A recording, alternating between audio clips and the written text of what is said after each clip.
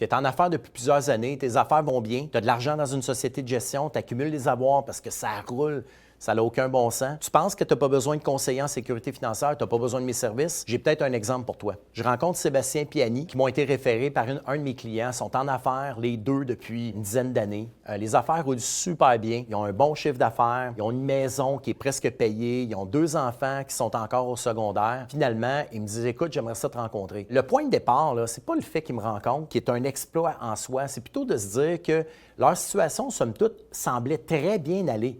Mais ce qu'on a fait ensemble, on est allé au-delà de bien aller. On a amélioré encore leur situation financière. Dans un premier temps, ce que je leur ai expliqué, c'est que sans connaître l'entièreté de leur situation, c'est dur pour moi de donner un diagnostic qui est adéquat. Qu'est-ce qu'on a fait avec elle?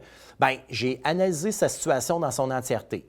On a analysé les rapports d'impôts personnels de la compagnie, les états financiers. On a regardé l'entièreté de ses placements, les choix de placement. On a regardé la convention entre actionnaires et on a parlé principalement de ses projets, ses objectifs qu'elle avait. Parce que souvent, on a une situation financière, mais on ne sait pas si ce que l'on fait comme décision va nous amener à l'endroit où on veut aller. Ma cliente en question, elle, ce qu'elle se questionnait, c'est de dire, écoute, j'aimerais ça améliorer mon sort financier, j'ai des placements dans ma compagnie, je fais quoi?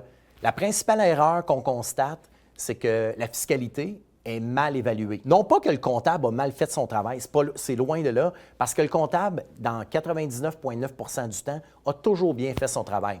C'est les décisions de placement, des fois, qui peuvent être peut-être pas exceptionnelles.